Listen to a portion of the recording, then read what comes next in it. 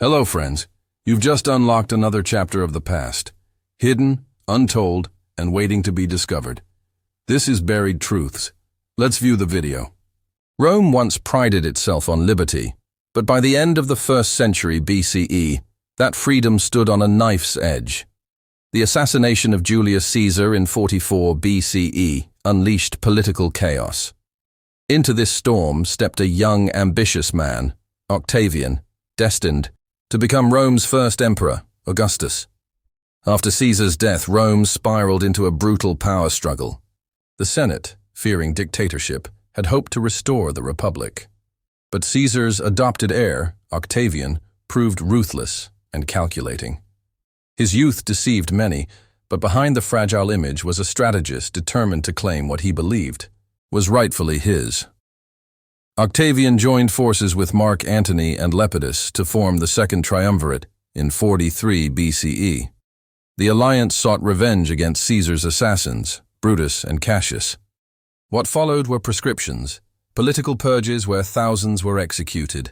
It wasn't just about justice, it was about eliminating rivals. The Battle of Philippi in 42 BCE crushed the last Republican resistance. Brutus and Cassius committed suicide, and the Republic's dream died with them. Octavian emerged more confident, but tensions between him and Antony grew.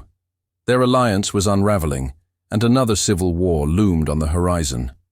While Antony aligned himself with Cleopatra.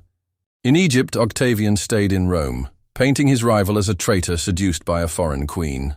Octavian's propaganda machine turned public opinion against Antony, presenting himself as the savior of Roman tradition against Eastern decadence. The decisive moment came at the Battle of Actium in 31 BCE. Octavian's fleet defeated Antony and so Cleopatra's forces. The lovers fled and later died by suicide. With no rivals left, Octavian returned to Rome not as a general, but as the unchallenged master of the Roman world. Though the Republic's institutions remained, they were hollow. Octavian presented himself as a restorer, not a tyrant. In 27 BCE, the Senate granted him the title Augustus, a name meaning revered.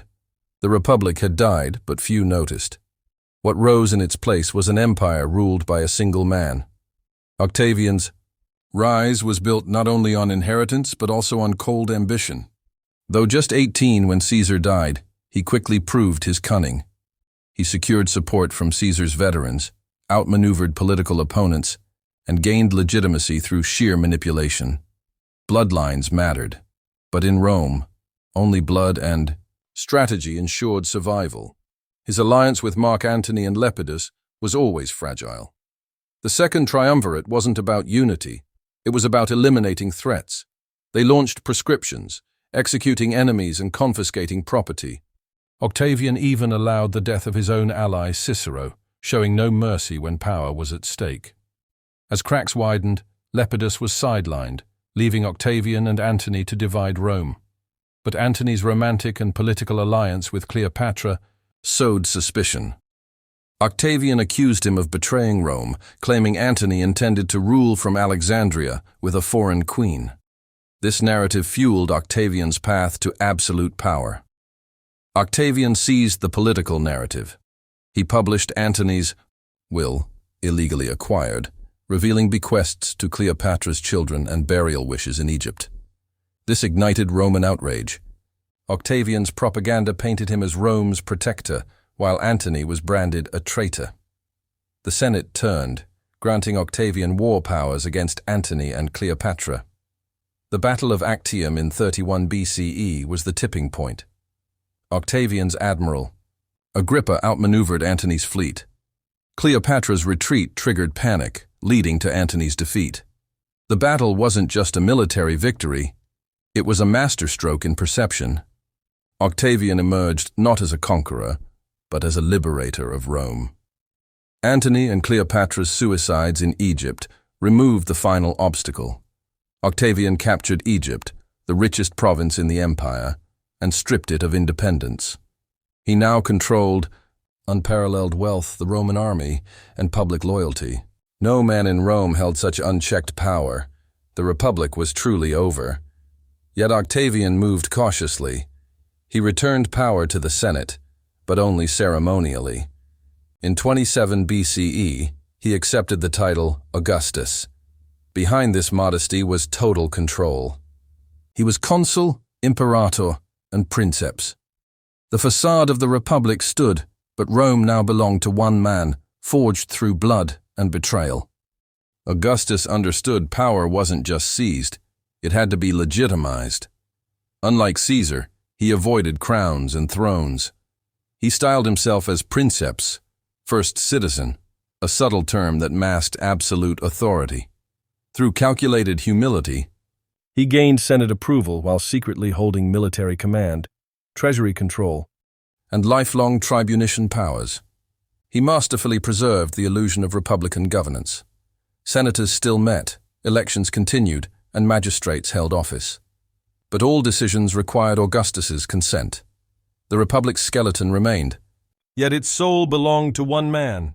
He didn't abolish democracy, he drained it of meaning while keeping its rituals intact. Augustus launched massive public reforms. He reorganized the army, established fixed terms for governors, and secured borders. The Praetorian Guard was created as a personal elite force. His policies reduced corruption, stabilized provinces, and centralized authority. Rome functioned better, but it was no longer governed by the people. Propaganda became Augustus's greatest weapon. Poets like Virgil and Horace praised his reign. The Aeneid mythologized his divine lineage, linking him to Aeneas and Venus. Sculptures showed him as eternally youthful and heroic. Temples, coins, and monuments carried one message. Augustus was the destined savior of Rome. Religion was reshaped to serve politics. Augustus declared himself the high priest, Pontifex Maximus. He revived old Roman rituals and constructed new temples, blending piety with propaganda. The imperial cult spread, and Augustus was worshipped in provinces as a living god. Religion justified his reign as divine will. Control of information ensured total dominance. Dissent was crushed quietly. Augustus banned opposition writings, exiled poets who mocked him, and surrounded himself with loyal historians. The story of Rome became the story of Augustus. He wasn't just shaping events, he was rewriting history in real time. By cloaking dictatorship in the robes of tradition, Augustus created a regime that felt familiar but was revolutionary. The Senate bowed willingly, the people cheered, and the empire marched forward. No chains were visible, yet none could move without his will. This was autocracy, disguised as restoration. After decades of civil war, Augustus brought peace to a broken Rome. This period, known as Pax Romana, Roman peace, lasted over 200 years. Augustus's careful reforms, infrastructure projects, and diplomatic strategies healed internal wounds and stabilized frontiers. For the first time in generations, Romans felt the calm of lasting order. He rebuilt the city in marble. Augustus launched vast construction campaigns, temples, forums, aqueducts, and roads. He famously declared, "I found Rome a city of bricks and left it a city of marble." These projects weren't just aesthetic, they employed thousands and reinforced his image as Rome's great rebuilder. Peace didn't mean weakness. Augustus restructured the Roman military. He reduced the number of legions but made them permanent and professional. Soldiers now received pensions and served fixed terms. Loyalty was redirected from generals to the emperor. The army became both a peacekeeping force and the spine of his authority. To maintain peace, Augustus managed diplomacy with skill. He secured alliances, offered autonomy to loyal provinces, and respected local customs. His eastern settlements avoided unnecessary wars. Borders were fortified, and trade routes flourished. This blend of military strength and political restraint kept the empire from tearing itself apart. Rome's economy flourished. Augustus reformed taxation, introduced a stable currency, and supported grain distribution. A postal system was established. Provinces sent goods across secure roads, enriching the capital. As economic stability took hold, Roman culture spread, from Britain to Egypt, binding diverse peoples into a shared imperial identity. The arts entered a golden age. Literature, sculpture, and architecture thrived under imperial patronage. Poets praised Rome's destiny. Artists glorified Augustus's lineage. Public monuments reinforced civic pride. This cultural bloom was strategic. It united people emotionally under the Roman banner and helped legitimize the emperor's new order. Despite its achievements, Pax Romana came at a cost. Freedoms were narrowed, dissent crushed. But to most, the benefits outweighed the loss. Augustus had traded liberty for order, uncertainty for peace. Rome was reborn, not as a republic, but as a vast empire under one man's guiding hand. Behind Augustus' peaceful image lay absolute control. Though he claimed to restore the republic, real power rested solely in his hands. He held multiple titles: consul, tribune, imperator, and had unmatched authority over Rome's military, treasury, and law. No senator dared oppose him. The state bent to one man's unspoken command. The Senate became a puppet institution. Though still functioning, it served only to approve Augustus' decisions. He handpicked senators and exiled dissenters. Debate turned into obedience. Republican traditions survived in appearance, but democracy was gone. Augustus didn't abolish the Senate, he simply neutered it while keeping its decorative value. He extended control into everyday life. Marriage laws were passed to promote morality. Adultery was criminalized, and behavior was regulated. While appearing virtuous, these laws allowed surveillance of private lives. Augustus controlled not only Rome's politics but its families, customs, and social structures, all in the name of order. Freedom of speech disappeared silently. Writers who criticized the regime were exiled or silenced. Even celebrated poet Ovid was banished, likely for mocking Augustus's reforms. Artists and historians were pressured to glorify imperial ideals.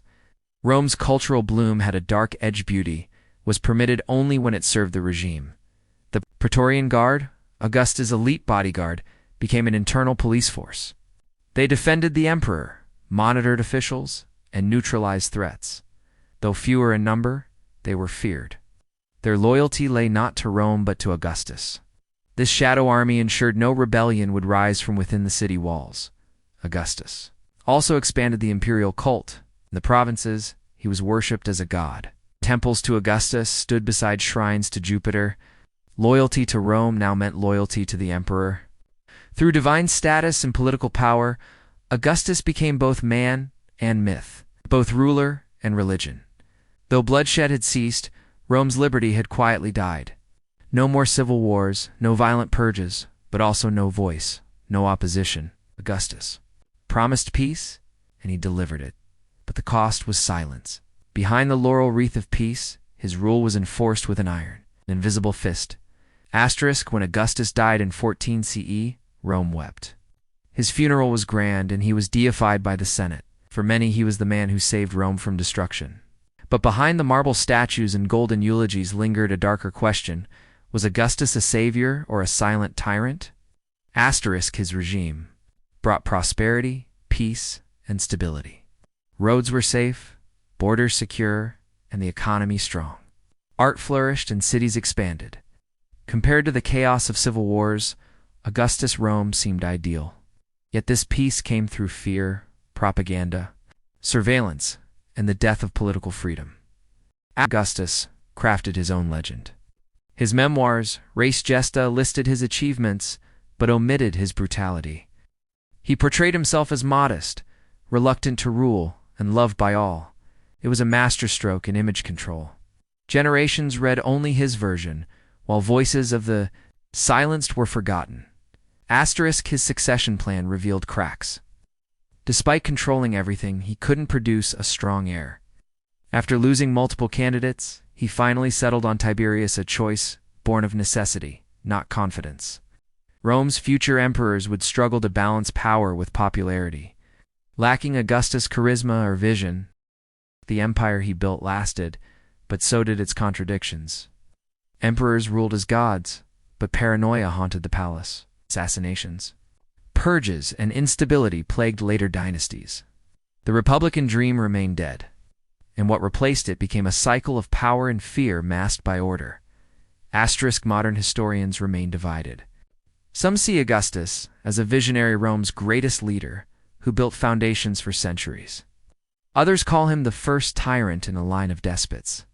The truth may lie in between. He built an empire, but did so with chains wrapped in olive branches. In the end, Augustus' true legacy is dual-faced, one carved in gold, the other hidden in shadow. He gave Rome glory and silence, order and control. The Republic's final breath was quiet not from murder, but transformation. Augustus didn't kill democracy. He embalmed it and put it on display. Thanks for watching Buried Truths. If you enjoyed uncovering the hidden corners of history, don't forget to like, subscribe, and turn on the notification bell for more powerful stories from history's hidden vault. See you in the next video.